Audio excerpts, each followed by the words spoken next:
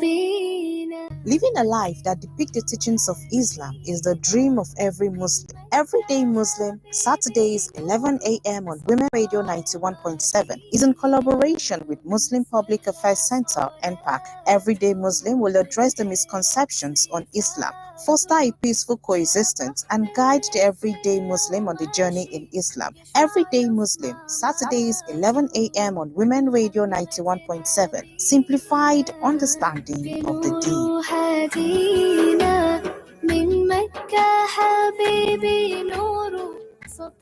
هل لك سر عند الله بينك أنت وبين الله هل لك صدقات تخفى لا يعلمها إلا الله هل لك سر عند الله بينك أنت وبين الله هل لك صدقات تخفى لا يعلمها إلا الله قصص لا تكشف. أعوذ بالله من الشيطان الرجيم بسم الله الرحمن الرحيم الحمد لله رب العالمين Assalamu alaikum wa rahmatullahi wa barakatuh. You're welcome to Everyday Muslim this beautiful Saturday morning. It's a quiet Saturday for most people. Subhanallah, it is a day of elections. Local government elections are holding across the state, and I do hope that you've done your civic responsibility by going out to cast your votes. If in your area they haven't arrived, because I've been following the news, I've been monitoring. In some places they're yet to commence. Just be patient. It's your civic responsibility. Let's be responsible citizens, residents of Lagos State. Let's go out. Let's encourage our family members to go out and cast their vote. That said, today, inshallah, on Everyday Muslim, we'll be looking at the digital Muslim, equipping ourselves with skills and values for a world in transition.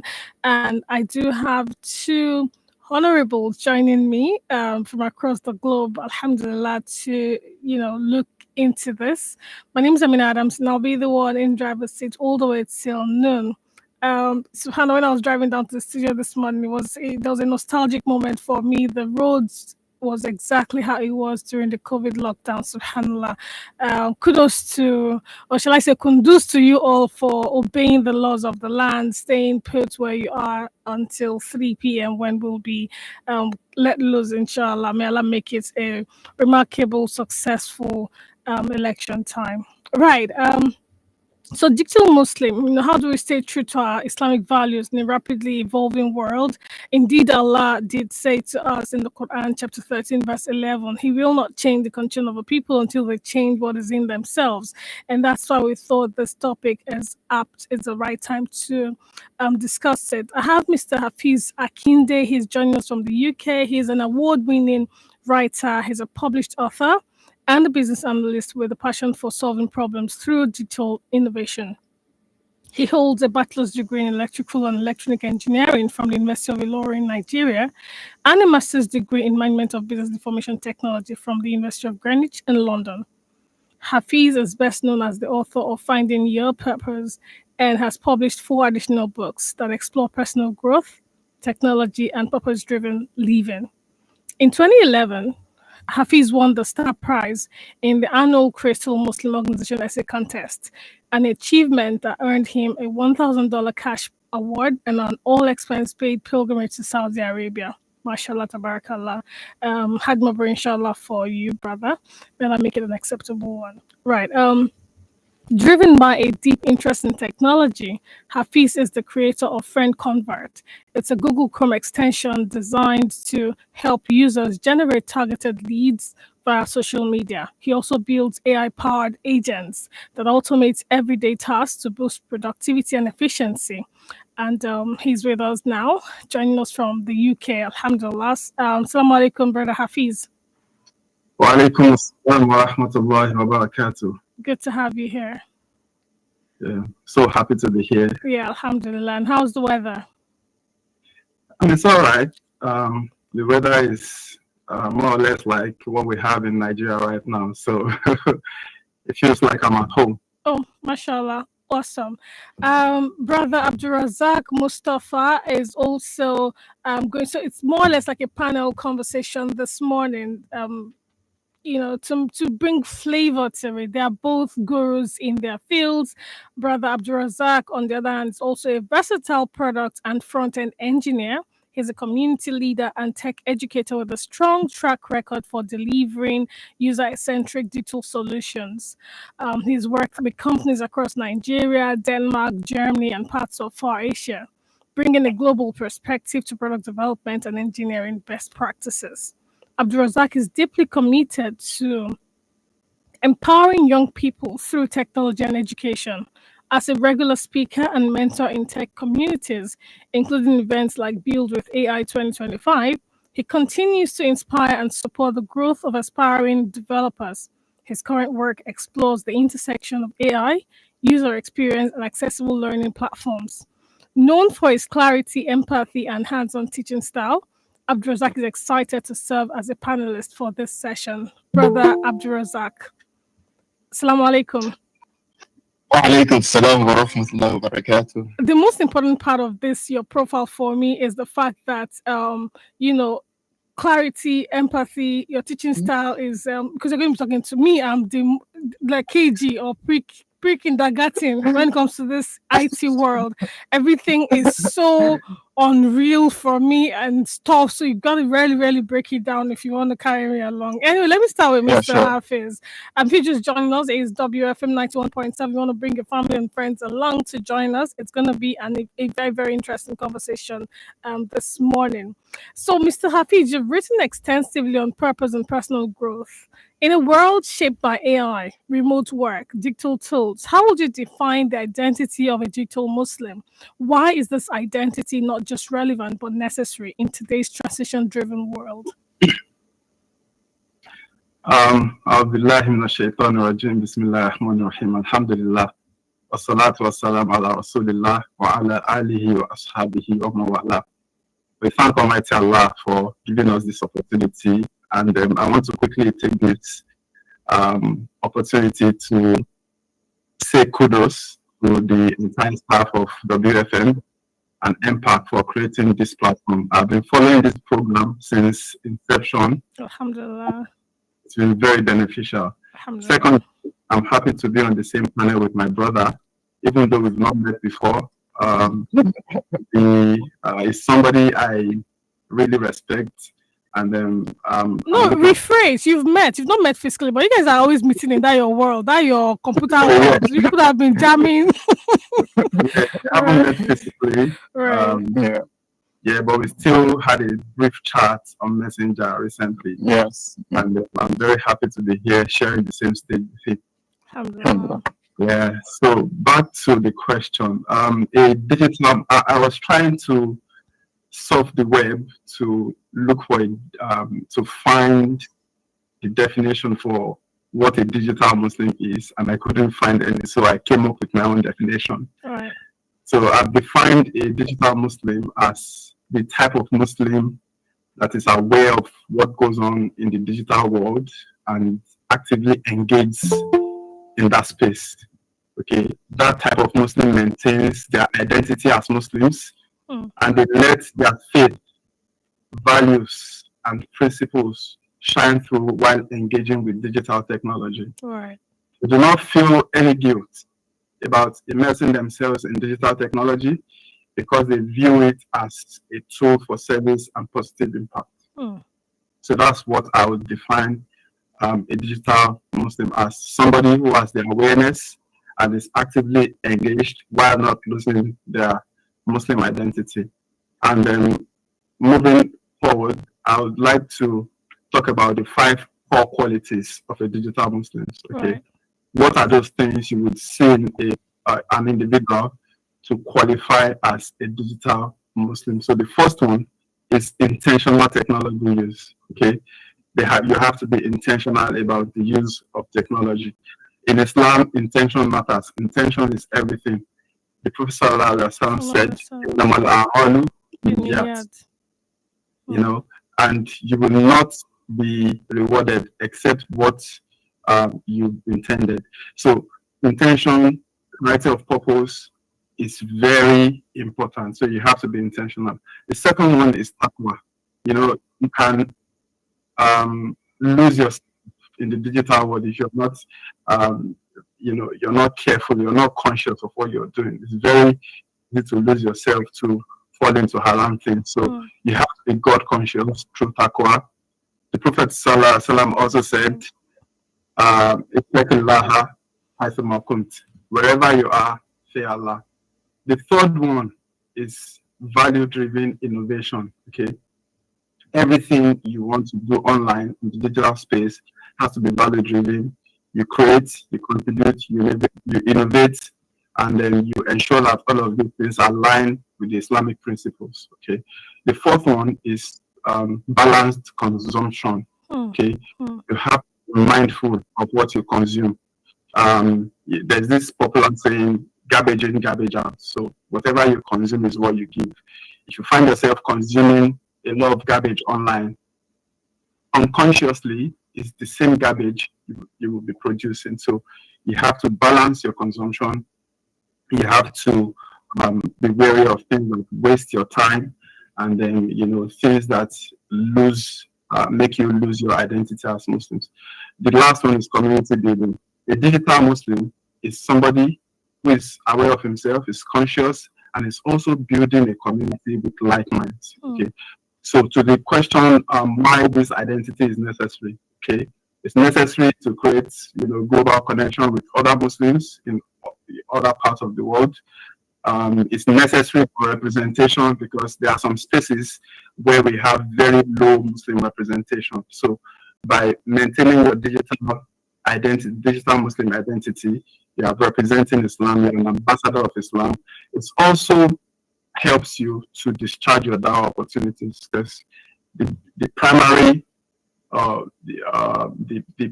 duty of every Muslim is inviting people to Islam. Right. With wisdom and the best of conduct. So having that platform, having that identity as a digital Muslim helps you to harness your opportunities. And the last one is economic empowerment. So these are the things that help you become a digital Muslim and make impact in the Muslim and global community. Jazakumullah khairan, Brother Hafiz. I'm a student today, subhanAllah. If you're joining us via social media, you can watch us live on YouTube, WFM YouTube handle. We are live, and you'll see me taking notes, because subhanAllah, apart from the fact that I want to be a digital Muslim, I don't want to be left in the cave, I don't want to be left behind, so I need to up my game. Mr. Razak, from your experience building inclusive digital platforms and mentoring tech communities, what core Islamic values do you think we need to adopt to guide our behavior and decisions as Muslims in this digital ecosystem? And how do we balance rapid innovation with rooted ethics? I know some of the things you'll say may cross ranks with Brother Hafiz. I mean, he's mentioned these features or key components of digital Muslim. So I'm sure some of them will feature in what you're going to say, but it's essential because you are hands-on. You're the day-to-day trainer. So let's hear from you. Jazakumullah khairan. First and foremost, thank you to the organizers for bringing me onto this platform. And it's great to meet my brother, Madam Hafiz Akinde. I think we've been friends on Facebook for a while, and I'm glad that this is connecting us together. Jazakumullah khair. So straight to the question. Bismillah. I think he mentioned the core components, because as Muslims we are guided by principles, like guided by a framework, by blueprints, and one of the foundations of every blueprint for a Muslim, it's the intention basically. But it plays a big role in how we approach things, how we build products, how we ideate, right? And at the heart of Islam, Nia is like the go-to thing. Every digital interaction, whether you're building a product, whether you're posting online, whether you're managing data, everything should be filtered through conscious intention. Am I serving, or am I just simply calling? And definitely, we have a proof of this, where Allah says, whoever does an atom weight of good will see it, and whoever does an atom weight of evil will also see it. So that intention matters. And again, as rightly quoted in one of the Amalu, every actions are just by intentions. So this intention should be a driving force for us in our digital space. I've had spaces where I saw the two ends of things, where I did things because yes, it's for the sake of Allah, and I did this for the sake of let me see. I really want to show that I'm the best in this place. And at the end of the day, I got the reward for both of them, right? The first one went well because I had the goodness. Okay, the goal of this program was just like let's get these people on board and whatnot. And alhamdulillah, I saw the reward for it. What I wanted to show up and say like, oh yes, you guys will know who Gigma was supposed to do. I only got the reward for, hey, this guy is good. After that program, nothing came up. Right? And that means I got the reward for what I intended for. No. I should just know that. So this thing should be a shining light for us. Right? The next one, which I would like to also mention, is ihsan. This is something that we Muslims need to uphold. Ihsan, doing things with excellence. Like this is something that for me, it's my I don't know, there's this thing people call that when you wake up in the morning, you tell yourself, I don't know what they call it, like self just give me the word. It's going from my head. When you tell yourself something, and self-motivation basically. And one of my key self-motivating words is from the hadith of the Prophet sallallahu alaihi wasallam. Says, "Inna Allah yuhibbu idha amila ahadukum amalan an yutqina." But indeed, Allah loves when one does a job, when one needs to do something, He does it with excellence. So whether you're writing an article for your subscribers, whether you're dishing out digital content, whether you're building a product, it has to be excellent. It has to be the best, right? Again, which goes back to the intention. If you do this with the intention of, I need to do this well so that Allah will love me. If Allah definitely loves you, or when Allah loves you, you will see it in your products. You will see it, even the metrics that you're trying to chase, like to get all the likes, come to you easily. It's going to make it easier. So this is like one key. This is the one key habit that I learned at madrasa. I've always held it as my main thing. Whatever I need to do, I have to ensure that Allah, I'm doing it for your sake, and I'm doing this as excellent as I can be, based on my knowledge, based on the wisdom and knowledge you've equipped me with. I'm going to do it with excellence. And one more thing is also integrity. Again, we're in a world whereby there are lots of distractions. Right. Our integrity is at play here. You'd see that we're seeing Muslims who want to make money quick, and that has affected their manner, right?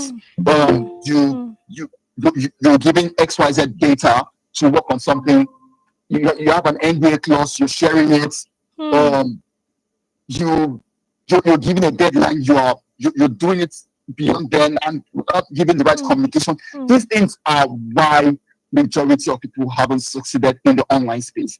And you can't succeed in the online space if you have some of these key components that myself and Hafiz has mentioned. You would struggle. Right. And lastly, innovation should outpace our ethics. Yes, we want to build, want to be out there, but these ethics should be the foundation. And it's not just asking, can we build? It's should we? Like, what's the long-term impact on our hearts and minds and the community at large? So I think this is how I would answer the question, basically. Jazakumullah khair. When you were speaking, when you said something about when you do something on social media space, you do it with intention. So it may sound funny, and you honestly, both of you, none of you needs to answer because it's a very silly question. So I intend to respond to an official email. But once I pick up my phone, all these notifications are staring at me, and so I quickly drive through Twitter land, and I see messages, and then from there I jump into the Instagram space, and next thing I know, 2 hours I'm down here globetrotting and I haven't even responded to the email that I should officially be responding to. So would I be judged according to what I did, or my intention was just not respond to the email? I mean, right. Let me come to Good one. I'm sure a lot of us are guilty of this, but may Allah rectify our affairs. Let me come to Brother Hafiz very quickly. In your journey as an author and creator of AI-powered productive tools, how do you personally stay anchored in purpose amidst the constant noise, distractions, digital burnout, and that many young Muslims face today? And that digital burnout, I mean, I've had a younger sister work on this space, and I see her. I just think they're in a different world entirely. I feel you guys are aliens. Just to my apologies if it comes across as insulting, but you guys live in another world. It doesn't seem like it's normal red blood that is flowing in your veins when you guys are at work and when you do your things. But then, what do I know? Brother Hafiz. Yeah, this is a very big issue. It's an issue that we contend with every day, staying anchored in purpose amidst the constant noise. There's a lot of noise. The social media space is full of irrelevancies, distractions, and all of these things might lead to burnout if you do not manage your time very well, if you do not conduct yourself in a way that helps you align with your purpose. Okay, it's not easy, but it's not impossible to manage distractions. Okay, because distractions will always come, even in your home. As parents, you're distracted. You're constantly being distracted, whether it's the need to interact with your family members, or maybe to talk with your neighbors or the people in your masjid. Something must just come up to take away from the time you're supposed to use for your productive work. So how to manage all of these things? Okay. Personally, I've imbibed certain principles over the years that have helped me to stay focused and get things done. And a lot of times, you just need to find a silent moment to do creative work. Okay, it doesn't have to be structured. At times, you just need to allow yourself to work spontaneously without any structure. Okay, but the key thing is for you to have a clear purpose in mind. Okay, you're working towards your purpose every step of the way. I wrote a book, Finding Your Purpose. Right. And in that book, I outlined how Muslims can create purpose. Okay, how do you create purpose? Ask yourself questions. What are you passionate about? What can you do better than others? What do people, there are certain instances where you're looking for the best person for this job and everybody is just mentioning your name. Okay, all of those things will give you through your purpose. So it is this purpose that keeps you going.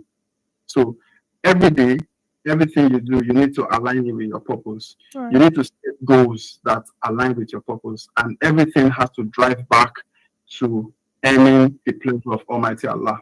Okay.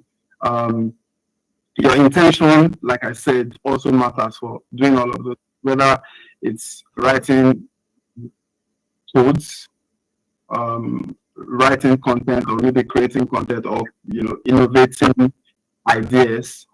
Make sure everything is done for Allah, for the sake of Allah. Right. When you're doing productive work and you know at the back of your mind that you're doing it for Allah's sake, first of all, you're doing it to earn the pleasure of Almighty Allah, it keeps you focused on your job and helps you stay away from all distractions that may veer you off the path. So your goals have to align with your purpose. Secondly, you have to be able to call yourself to account. Accountability plays a very good role. So, there's this popular saying in Islam, I think it's attributed to Sayyidina Umar, where it says, Hasibu anfusakum qabla an tuhasabu. You have to call yourself to account before you're being called to account. So every day, you're doing accountability audits. You're asking yourself, what have I set out to achieve today? Have I achieved it? If not, I have no reason to be on social media. Okay, you're measuring yourself against the metrics you've set for yourself. Also, you want to find accountability partners to yourself. It doesn't need to be formal. It could just be constant check-ins, maybe with your friend. You've told them you're trying to achieve something and you need to keep you on track to achieve it within this timeline. So constantly they have to be checking on you to see if you're still on track to achieving what you want to achieve. And lastly, what I wanted to talk about lastly is to maintain focus through deep work. There's this concept of deep work that was created or coined or made popular by an author, a professor of computer science at Georgetown University by the name of Carl Newport. It defines deep work as ruthlessly focusing on one particular task with undivided focus. Okay, so you're working 4 hours straight, for example, without any distractions. You're turning your phones away. You're using apps to limit social media notifications and all of that.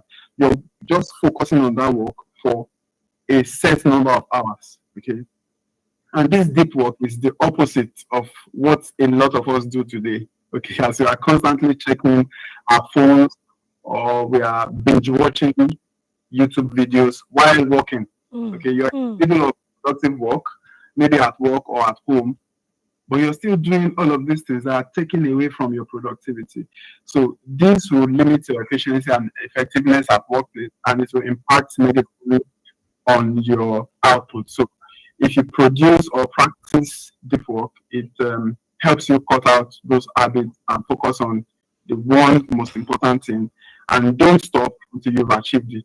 Okay, it might, there might be temptations to maybe do something else in the meantime. Right. Even a lot of people say that to maintain efficiency at work, you need to work for maybe 1 hour, take rest for 15 minutes, go back to work for 1 hour, take rest for another 5 minutes.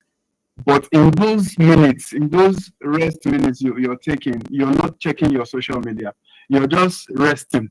You're just taking a quick nap. You're just maybe stretching your legs and all of that. So this is how you can maintain focus. And then, discipline is also very important. You will not be able to achieve any of this if you're not disciplined. So you have to constantly ask yourself, have I achieved what I've set out to achieve? What have I achieved today? Ask yourself those questions. And this is how I think you can, shut out distractions, whether online or offline. Yeah. Jazakumullah khairan. And as you spoke, it occurred to me that, subhanAllah, our work ethics here in some offices here in Nigeria, we allow phones at work. In like typical environments in other climes, your phone is inaccessible until it's off office hours or your break time. And I think maybe more of us need to adopt that, and it would really improve our productivity generally. Mr. Razak, I'm coming to you, and I'm going to go a bit personal. So even though I'm going to ask the question first, but I'm going to go personal with you. As a mentor of many young tech talents, how can we begin to reshape the narrative within the Muslim families and communities to see digital careers, especially halal tech-based work, as dignified, impactful, and spiritually fulfilling? And when I say I want to go personal with you, did you study a computer-related course, or did you find your path along the lines? Were you always interested in the tech space, and was it something you sold to your parents early on and they jumped on it, or you re-navigated yourself back to this, your desire? How did it play out? Because we want to really help the youth. And again, SubhanAllah, just before our show came on, the Gen Z show that came before, it was exploring this career, and this is honestly conversations that we need to have. The usual, you must be a doctor, you must be a pharmacist, you must be an accountant, you must be a lawyer kind of conversations. We still have parents that are rooted like that. How are we able to sell to them this new trend of career paths, and how do we navigate? You need to help this youth and their parents, please. Yeah, first and foremost, I would say that alhamdulillah, tech has been a great blessing for us in Nigeria, and let's say Africa. because it has really, really opened doors for us to collaborate, meet with people, like imagine having to work with people far away from you that you probably never met in your life, right? And doing that all the way from your co-working space or from your room and whatnot. And I think it's important for families to appreciate this digital space. And alhamdulillah, you asked, have I always been a tech savvy? Yes. Alhamdulillah, for my parents, they are not the richest, but I knew how they struggled to keep me in a good school. And this good school, let me give them a free PR. It's called Tech International School of Manchester. So we always had sessions for computer science, computer sessions. Like this was way back in primary school. Right. Like, so we're always taken to the computer lab doing computer sessions. And since then, I've always been fascinated, right? And I knew like, this is where I want to be. So right from primary school age, if you want to kidnap me when I was small, just let them have a laptop in your house, you have a computer in your house. Now it's done. It's done, right? So on getting to secondary school, I had to beg my parents. I knew how difficult it was for them, but I knew how difficult it was for them for their pocket. But they tried. They got my first computers, and I was doing lots of designing, playing games as well. Yeah, I was a young guy, so I had to play games. So I was doing design stuff, playing games, and at that time there were concerns like, "Oh boy, you understand?" Right. Well, as much as I can, I still try to make it honest. Like this thing, I don't know where it's going to end, but it's going to be impactful. Right. Right. And this is what I want every parent, every guardian, everyone who is raising kids, who's, I don't use the word addicted to screen time, but make them see how they can make that screen time turn into an impact. Right? So we need to translate that screen time to visible impact. And one of the best way to do that is equipping them, placing them, putting them in places where we can convert this screen time to productivity. Whether it's now there's summer school going on, there are lots of people doing tech boot camps for kids, for youngsters in the summer school. Take advantage of it. Right? Take advantage of it. And it's not compulsory that they like for me, I'm not really a fan of someone saying that I have a passion for something. As long as it's worth pursuing, follow it. It's not the passion doesn't have to be there. And it's back then that we always have this thing.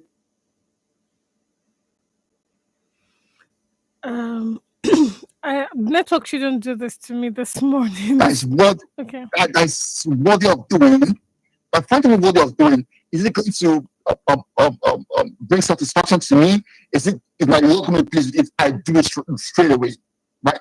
So you can make your kids love the tech space. Put them in things. Let them watch documentaries about sciences. Let them watch documentaries about tech spaces. Let them watch documentaries about professionals. When people reach out to me, parents reach out to me, tell me, I want my son to be a developer, X, Y, Z. The first thing I tell them, see, go to YouTube. Let them watch an average life in the life of a developer. Let them watch 25 hours of an average life in the life of a designer, of a game developer, of a tech content creator. Let them see these things and appreciate it first. Then they can then decide, oh, I think I want to be I want to be this. I think I want to be that, right? And we must also another good thing is making them see real examples so they can see this impact. Let them know that this thing was built by XYZ. Muslim Tech Expo was done by Ibrahim, a very good friend of mine. That was created by Brother Musa. Make them see these things. Make them see the value. Like, oh, there's someone doing this thing that you are developing interest in, and this is also going to make them have this sort of. Oh, by the time I start, by the time I kickstart, by the time I go deep into this, these are possible mentors. I can follow their path so as to ensure that I attain success in what I'm learning. Right. No. So I think if I hear you correctly, I love the path that you've. In fact, the presenter of the show also mentioned the counseling, career counseling, guidance counseling. Both parents and the kids need to be exposed to this. So expose them, let them explore so they can make informed decisions. I think that's what I heard you say. If I were to summarize, Jazakumullah khairan. Barakallahu fikum. I think I need to grab a sip of water. We'll take a quick break now. In just a few minutes, when we come back, I'd like to open the phone lines and have reactions or interactions from our audience. Stay with us. Everyday Muslim continues in heartbeats.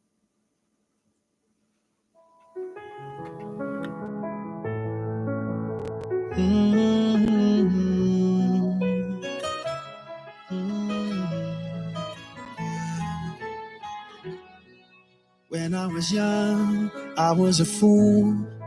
I was blind, didn't know any better. I was afraid I made too many mistakes, and you'd only look at me as a sinner. No matter how much I would try, all the walls I put up always shattered, until your mercy conquered me. Oh Allah, you know all of my insecurities. You keep them far away. Oh Allah, you hide all of my sins and impurities. You call me back when I go astray. Whatever I did, whatever I said that's wrong. You're welcome back. If you're just tuning in, it's WFM 91.7 and it's Everyday Muslim. We've been exploring the digital Muslim and with Dr. Hafiz Akinde and Brother Abdulrazaq Mustapha. It's been an immenseful, impactful session so far. And this is where I put the phone lines to take your calls, your SMS, directed to them or the topic being discussed. 07000 917 is the number to call to be a part of the show. Of course, when your call comes through to the studio, mute your radio set or step away from where the radio is so we can have a smooth conversation. Alternatively, you can send those text or WhatsApp messages to our numbers 08155 917 917 07031 756 537 are the numbers to dial or text to be part of the show. Let me come to Mr. Hafiz. Drawing from your background in engineering, business analysis, and digital innovation, what practical digital or soft skills should young Muslims be actively developing right now? Not just to adapt, but to lead with impact and Islamic values in the digital age, actually for those that struggle with, career choice. Before you answer, let's take this call. Hello, good morning. Good morning. Thank you for having the guest speaker. This is Dr. Salahuddin calling. Dr. Salahuddin. Go ahead with your contribution, please. All right. So thank you. I've been following the program, and I'd like to say hello to my big brother, Mr. Hafiz, and to my brother, Abdulrazaq. It's always nice listening and hearing from them. So I'd like to ask, I know Abdulrazaq has mentioned something about it, but I'd like to know, we have young secondary school students. Is there a way for us to answer this? Is there something to make this secondary school more aware about how they can be one and all, and avoid the several pitfalls that are associated with social media? Thank you. Jazakumullah khairan. So he's throwing the question to either of you. How can we catch them young from secondary school? I think Brother Hafiz can go ahead so you can take it with your question as well. Brother Hafiz. Okay. So thank you very much. The caller, Brother Dr. Salahuddin, is a very good friend. And is also one of the Muslims, young Muslims who is leading the campaign for purposeful leadership among the youths, and I want to commend him for everything he's doing. Coming down to the question, how do we catch them young from schools? Okay, it's a collaborative effort between parents and the schools. Okay, while growing up, we never had a lot of opportunities. The only thing we had when we were growing up was Jet Club, Boy Scouts and all of those things. But the digital world, or the world generally, has evolved. There's a lot of things happening, and we can't afford to be left behind. Be left behind or sit at the lower rungs of the ladder. We have to be up there with the movers and shakers of the world. Right. And so parents have to be intentional while raising their kids. You're not just, our approach to child upbringing has to evolve with the needs of this time. Okay. Your child needs to develop digital literacy, and you have to help them to identify their talents. They need to be able to understand what problems they want to solve, how they want to contribute to making the world a better place. So parents need to work closely with their children to unlock the hidden potential, to bring out the talents in them. They need to help them, guide them to the right path in making good life choices. Okay, at least the minimum requirement from every parent is to make sure that their children are interested in increasing their knowledge, not just Islamic knowledge, but the Western knowledge, the mundane knowledge as well. You have to monitor their progress and provide materials that they will need for their personal development. The personal development for children is an area that we also need to look into. A child needs to have a library, okay, a library of books. They need access to programs, okay. Like my brother said, screen time needs to be turned to productive time. Are they learning any skills? What are you as a parent doing to ensure that your child achieves, something? And because children, they are little, they are young, they don't know anything. Parents need to be able to come up with a plan for them and ensure to follow this plan and help them through that journey. At some point, the children will have to make up their minds to make their choices, or this is what I want to do.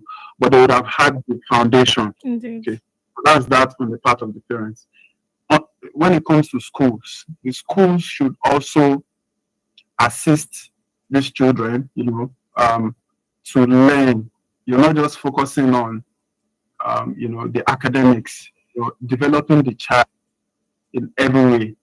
Cognitive learning has to be top notch. Okay, the school has to provide facilities that make learning conducive for children. Okay, there's this alhamdulillah that I've been fortunate to experience education in Nigeria and outside Nigeria, and I know that there are lots of improvement needs to be made. Okay, the way classrooms are set up is very different from the way classrooms are set up in Nigeria. We need to make it digitally inclined. You're using interactive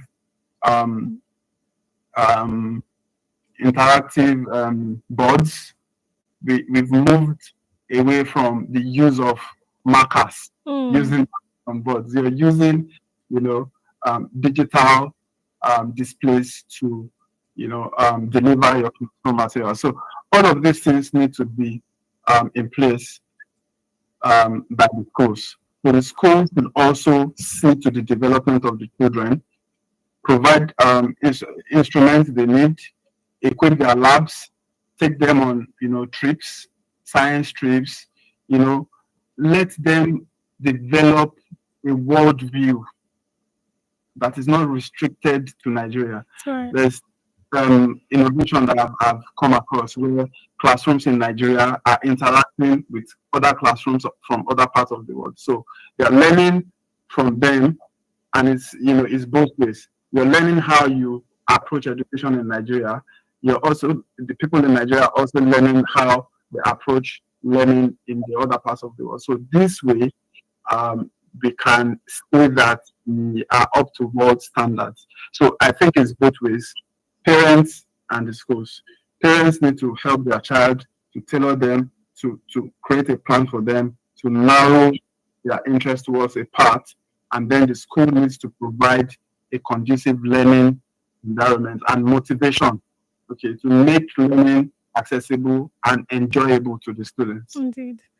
Jazakumullah khair. I'm going to come to you, Brother Razak. We have a message from one of our listeners. Good morning, Saz and Ma.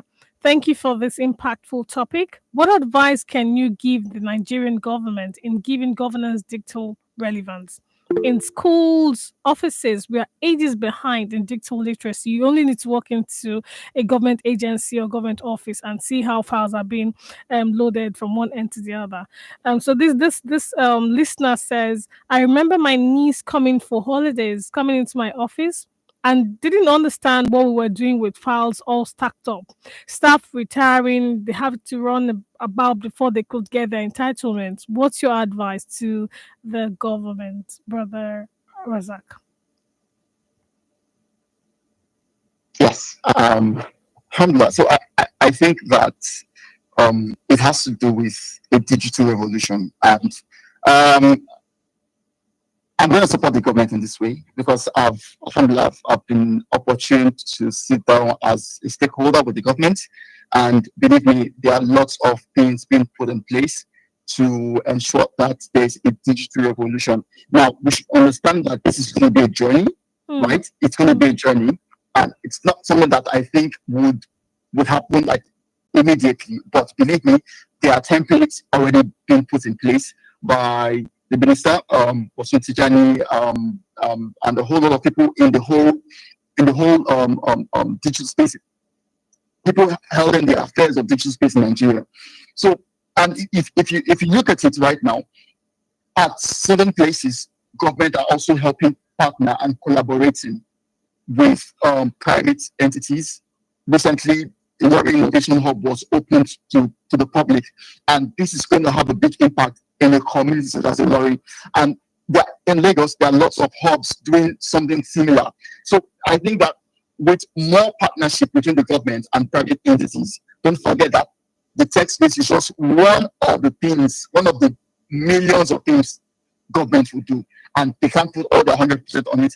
But if they can take just 1% of the attention and look at private partners to collaborate with, which is something I commend the Kwara State government for doing with Lorry Innovation Hub, partnering with IHS to bring up with these like literally one of the best hubs in Africa, I can say right now, right? So I think that the goal there is the government to partner with private bodies. When there's partnership with private bodies, when things are totally run by the government, you know how it always ends up. But when there's collaboration between government and private bodies, believe me, it will go a long way.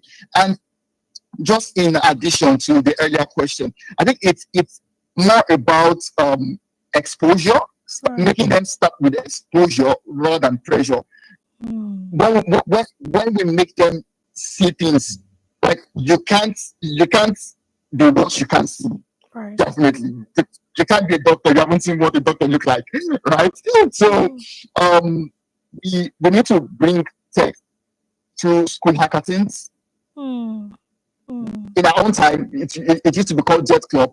Right. Now it should be disintegrated to different kind of clubs that would have let's say specific niches, maybe focus on robotics, focus on app building, or focus on digital marketing and whatnot, right?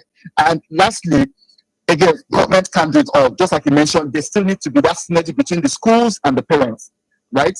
The schools and the parents also need to have that synergy to ensure that we catch them young, basically. Jazakumullah khairan. And to wrap it up, because we'll be out of time in a moment, if you still want to call, 07917917917 is about to call to be a part of the show. I'm going to throw this question to both of you, but I would like to hear from Brother Razak first. For Muslims who may feel left behind or tech adverse, what simple steps can we take to build confidence and begin to navigate the digital world with faith and competence? And before you answer, see, me personally, there's some things I see in the IT space and it's pure witchcraft. You cannot tell me otherwise, right? so I'm very averse. There's some things I look like, don't initiate me. I jump and pass. But yeah, sincerely, how do you carry people like us along? All right, great question. Just like anything, just like anything you want to learn in this world, you can't escape learning the foundations. Do you understand? And this is where I think a whole lot of people get it wrong or get missing. So you don't want to feel left behind, but you have to still dig in. A whole lot of us think that the tech space looks easy. I felt majority of us were in the tech space because we made it look so easy. We made it look so easy because we only show the beautiful parts. And we don't show the hard parts where the whole background things are running, where you're having burnouts, where you're having to think, where you're having to debug. So we've solved the digital space as something like it's so going to be easy to come into. And when they come into it and realize, I think this is a bit difficult, right? So majority of people run away at the foundation. Whatever skill you want to learn, are you ready to dig in? Are you ready to put in the work to learn the foundations of that thing that will take you to the next level, right? And do not feel left behind. Start where you are. Like, this is one of the things a lot of people have issues with. Start where you are. You don't need a MacBook to start learning how to code. Start with your Windows laptop. You don't need to buy a Sony or Canon camera before you start content creation. Start with your iPhone 11 camera. Start with what you have to get to where you want to get to, where you want to go to, right? And this is where I think a whole lot of people have issues. The foundations and waiting for the stars to align before they start. Oh, it has to be this. It has to be pitch perfect. Just start. When you start, the lessons, the best practices, you will get them along the line, and it will only get better. I will give you a very good example. The best video on my YouTube channel right now, with about 20,000 views, was the one I did without all the fancy gadgets. When I decided to buy a gadget and do all the whole fancy thing, I didn't even have as much views as I did with when I just only my laptop. Right? So much, and I just needed to start something at that time, right? So we just need to start where we are. And the next thing is we need to pair that thing we want to do. We have to pair it with the right intention. What purpose can this tool help me achieve? Oh, I have an iPhone 14 Pro Max. There are a lot of things you can do with an iPhone 14 Pro Max. I've seen people become a virtual assistant all by using a phone, right? So this is, you need to look where you are, the things you have in your arsenal, and get where you want to go to. The third one is you need a key. Like, community is key. Join a community.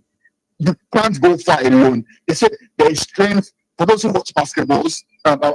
There's a team in the NBA called the Golden State Warriors. I love their line. They said there is strength in numbers, right? So in community, there are lots of communities you can join to ensure that you don't move alone. When you move alone, it's easy for you to get tired. It's easy for you to get burnout. There's platforms like Muslim Tech Expos, there's Muslim Builders, there's Muslim in Tech, there's Muslim Makers, a whole lot of communities you can join where they are offering free resources, free platforms, free workshops. You just have to be there, right? And lastly, have mentors. I think I mentioned this earlier. Have mentors who are doing this similar thing. Knock on their doors, reach out to them, ask them questions, bug them. You know what you want. You have to knock the door until it's open. Indeed. And that's what I think Muslims need to start doing. Right. Jazakumullah khairan, Brother Razak. In 60 seconds, Mr. Hafiz, if you could just give closing, anything you want to add to what Brother Razak said. Yeah, he said it all, but as if has asked me to add more details, I would like to say that everything still goes back to purpose. Okay, right. You are not just doing things mindlessly. Right. You want to be mindful about everything you're doing online, whether it's building a product, whether it's creating content. Know that you are a Muslim first before any other thing. So let that value, that Islamic value, shine through, and then make people say that, oh, this person is making a difference because he's a Muslim in tech. This person is making a difference because he's a digital Muslim. So that identity has to be protected. And then you always have to constantly ask yourself, what have I achieved today? Right. Every step I'm taking, moving me towards my goals. If not, you need to recalibrate and then, get back on track. Jazakumullah khairan to my panelists, Dr. Hafiz Akinde and, of course, Brother Abdulrazaq Mustapha. It's been highly impactful. May Allah reward you. May Allah make this way heavy on your scale of good deeds and count it in your favor on the day it will matter most. Sorry, not a doctor yet. Right. Okay, she never said prof. So you didn't put pressure on you, so I can quickly attain professorship, right? So go for it. Go for it by all means. Jazakumullah khairan to you both. We'll do this again, inshallah ta'ala. This is all time permits us to bring your way. Why not join us same time next week when we'll bring you another beautiful package of Everyday Muslim. Until then, make the most of your breath. Every breath count. Make it count. Make your stay on earth count. Thank you so much, Ayomide, and of course Hilary and the rest of the crew that has made this possible today. Go and cast your vote. Local government elections is holding today. Go out there, cast your votes, make Nigeria a better place. We'll see you next week, inshallah. Masalam.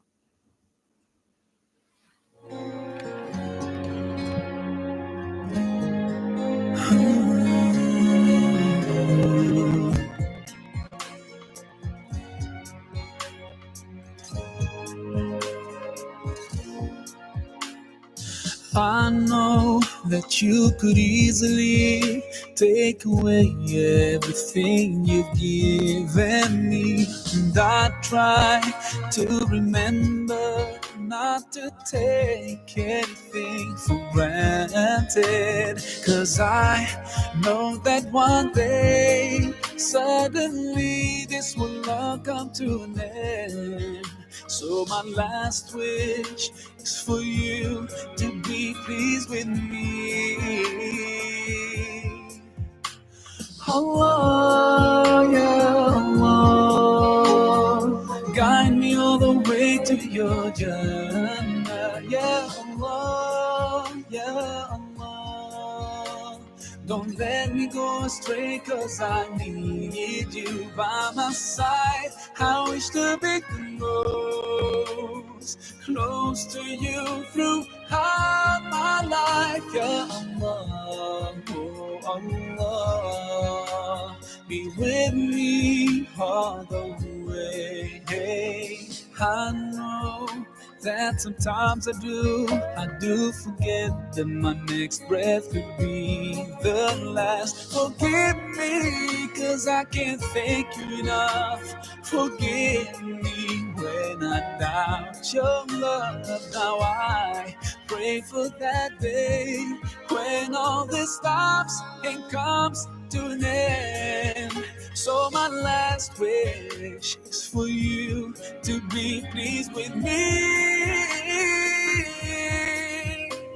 Allah, ya Allah, guide me all the way to your Jannah. Ya Allah, ya Allah, don't let me go astray, 'cause I need you by my side.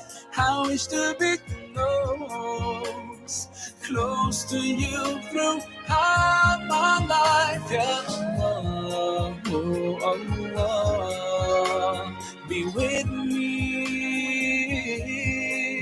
all the way.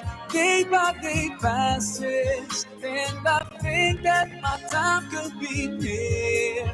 So I pray, oh God, let this world be in my hands and not in my heart, 'cause soon I'll have to leave it. 'Cause soon I'll have to leave it. Allah, ya Allah, guide me all the way to your Jannah. Ya Allah, oh Allah, don't let me go astray, 'cause I need you.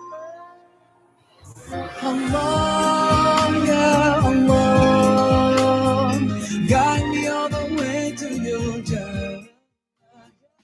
To sponsor this program, call the number 0816 480 7613. WFM. Movement to inspire and to break the culture of silence. voice of women, the voice of women, the voice of women, 91.7. The voice of women, the voice of women, the voice of women, 91.